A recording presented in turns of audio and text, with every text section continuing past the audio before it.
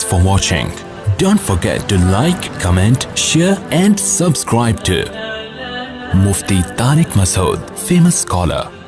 ایسے شخص کو رسول صلی اللہ علیہ وسلم نے وعید سنائی کہ یہ مالدار بن تو سکتا ہے مگر اس کے سامنے فقر کا پھندا ایسے لٹکا رہے گا جیسے ایک زندہ آدمی کے سامنے پھانسی کا پھندا، موت کا پھندا لٹک رہا ہوتا ہے. جو اس کی کیفیت ہوگی یہ کیفیت اس کی ہوگی. تو بھائی پیسہ کماؤ، پیسے سے دل نہ لگاؤ. اور دل سے پیسہ نکالنے کا طریقہ کیا ہے؟ خرچ کرو.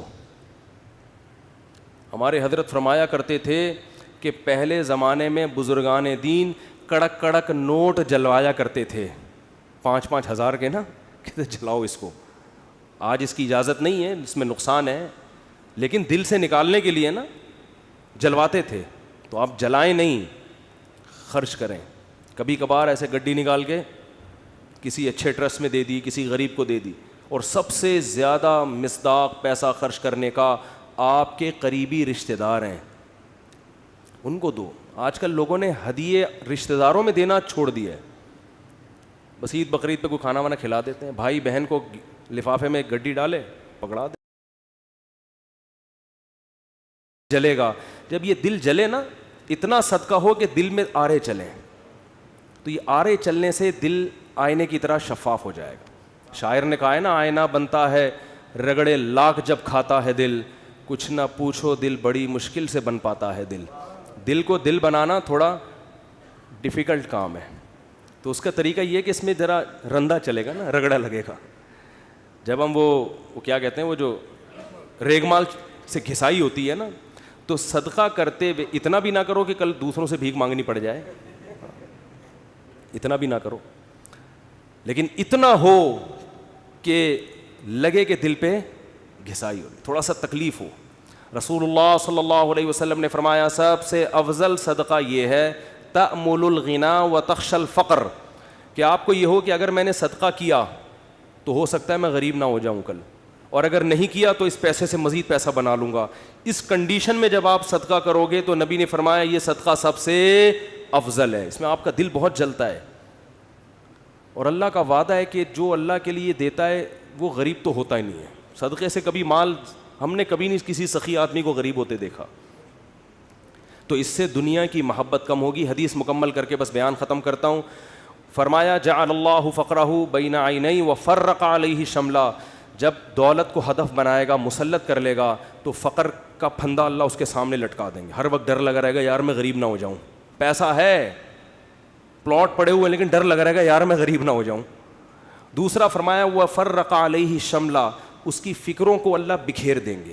اتنی ٹینشن ہے، یہ کام بھی ہو جائے، یہ بھی صحیح ہو جائے، یہ والا بھی ہو جائے، پتہ نہیں سارے کام ٹھیک ہوں گے، ایک اٹکا ہوا ہوگا اس کی وجہ سے ٹینشن. وہ یہ نہیں دیکھ رہا کہ میرے سارے کام ٹھیک ہو رہے ہیں، چلو ایک نہیں ہوا تو کیا ہے. تو اس کی فکروں کو اللہ بکھیر دیں گے. اسے پتہ نہیں چلے گا میری اصل ٹینشن ہے کیا، مجھے سکون ملے گا کس چیز میں، اتنی فکریں. اور فرمایا وَلَمْ يَأْتِهِ مِنَ الدُّنْيَا إِلَّا مَا قُدِّرَ لَهُ، اور جس دنیا کے پیچھے بھاگ رہا ہے ضروری نہیں کہ وہ بھی مل جائے، ملے گی اتنی جتنی اس کے مقدر میں اللہ نے لکھ دی ہے. یہ جو دنیا کے پیچھے بھاگ رہے ہوتے ہیں تو سب کو پیسہ تھوڑی مل جاتا ہے. بہت سے تو وہی موت تک روڈیں ہی ناپتے رہتے ہیں، سڑکیں ناپتے رہتے ہیں، ہاتھ میں کچھ بھی نہیں آتا ان کے. فرمایا ملے گا اتنا جتنا اللہ نے لکھ دیا ہے. تو ٹینشن لینے سے کوئی فائدہ نہیں ہے. تو ٹینشن نہیں لو بھائی. آپ کو کیوں نہیں بھائی آپ کو صبح آپ نے پراٹھا کھا لیا انڈے کے ساتھ، دوپہر کھانا مل گیا، رات کھانا مل گیا، ضرورت تو 2 وقت کی تھی، مل 3 وقت رہا ہے. انجوائے کرو، مزہ ہے. کیا خیال ہے بھائی؟ ہاں بیگم ٹینشن دیتی ہے، یہ بڑا مسئلہ ہے نا شادی شدہ آدمی. تو اس کو بولو بھائی جو نبی صلی اللہ علیہ وسلم کی سنت ہمارے سامنے، آپ صلی اللہ علیہ وسلم کی امہات نے، ہماری امہات نے، آپ کی ازواج نے جب نبی سے یہ فرمایا کہ ہم اس غربت میں گزارا نہیں کر سکتی، تو آپ صلی اللہ علیہ وسلم فرمایا بھائی میں تو اسی طرح مسکین ہوں، تو تعالینا امتعکن و اسرحکن سراحا جمیلا، کہ آؤ میں تمہیں نکاح سے فارغ کر دیتا ہوں، پھر جاؤ جس سے مالدار سے نکاح کر کے رہنے رہو. تو یہاں بھی ٹینشن لینے کا بولو نہیں، اپنی طرف سے کوتاہی نہیں کرو.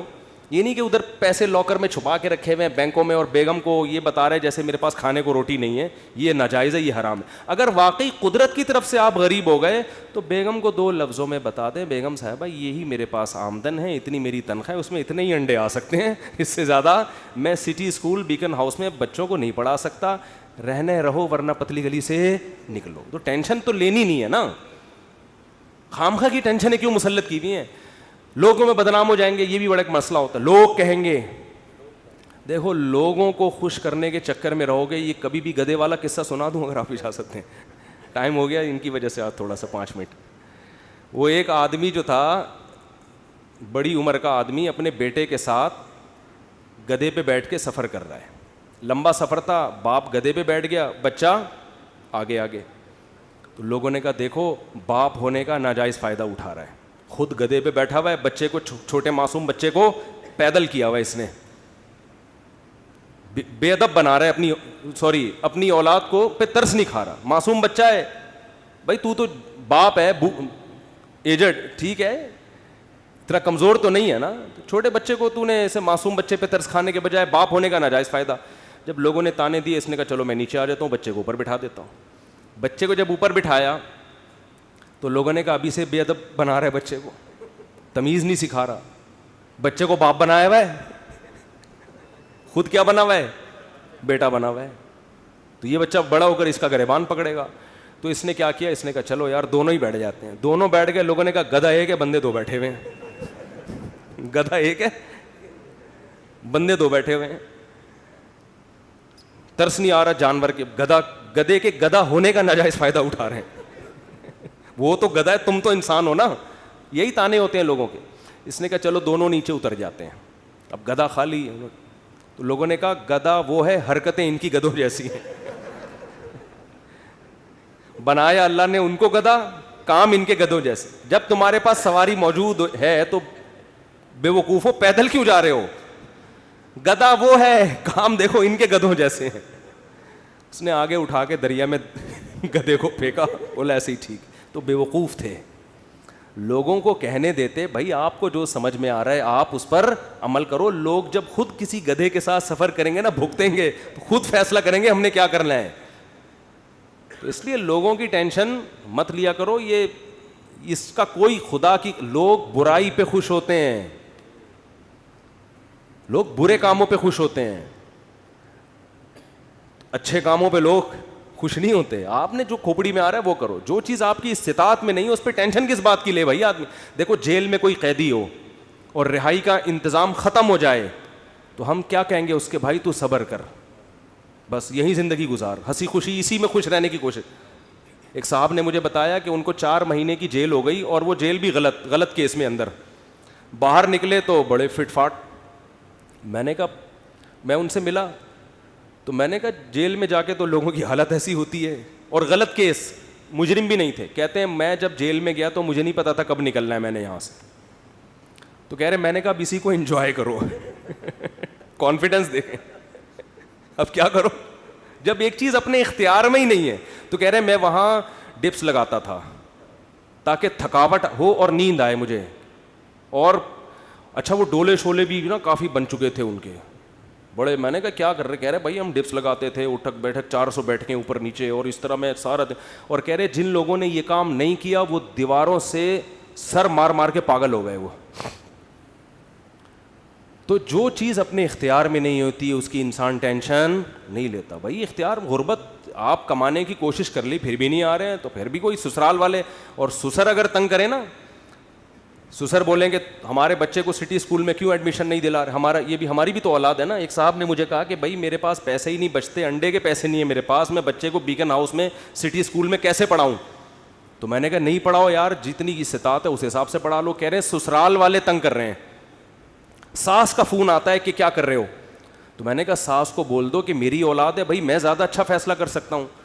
کہہ رہے ہیں میں نے جب اپنی ساس کو اور سسر کو یہ کہا کہ میرے بچے ہیں, مجھے زیادہ فکر ہے, تو انہوں نے کیا ہمارے بچے نہیں ہیں یہ, یعنی ہماری بھی تو بیٹی کی اولاد ہے, کیا ہمارے بچے نہیں ہیں. تو وہ داماد مجھے فون کر کے کہہ رہے ہیں کہ میری ساس سسر نے کہا کہ کیا یہ ہمارے بچے نہیں ہیں. تو حضرت اس بات کے آگے میں کیا ہو گیا, خاموش. میں نے کہا یہیں سے تو بات شروع ہوئی تھی, یہیں سے تو بات شروع ہوئی تھی. ان سے کہتے یقیناً آپ کے بچے ہیں, لہذا آدھی فیس آپ اور آدھی ہم دیں گے. زبردست کام ہو گیا, ہٹو بچوں ہو گیا یہ.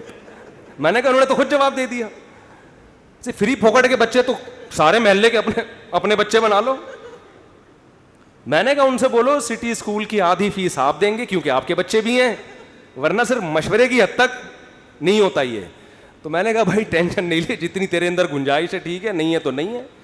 تو اللہ سے دعا ہے, وقت پورا ہو گیا, اب ٹاپک پھر اگلے ہفتے انشاءاللہ مکمل کریں گے. اللہ تعالی ہم سب کو سمجھنے کی, عمل کی توفیق عطا فرمائے.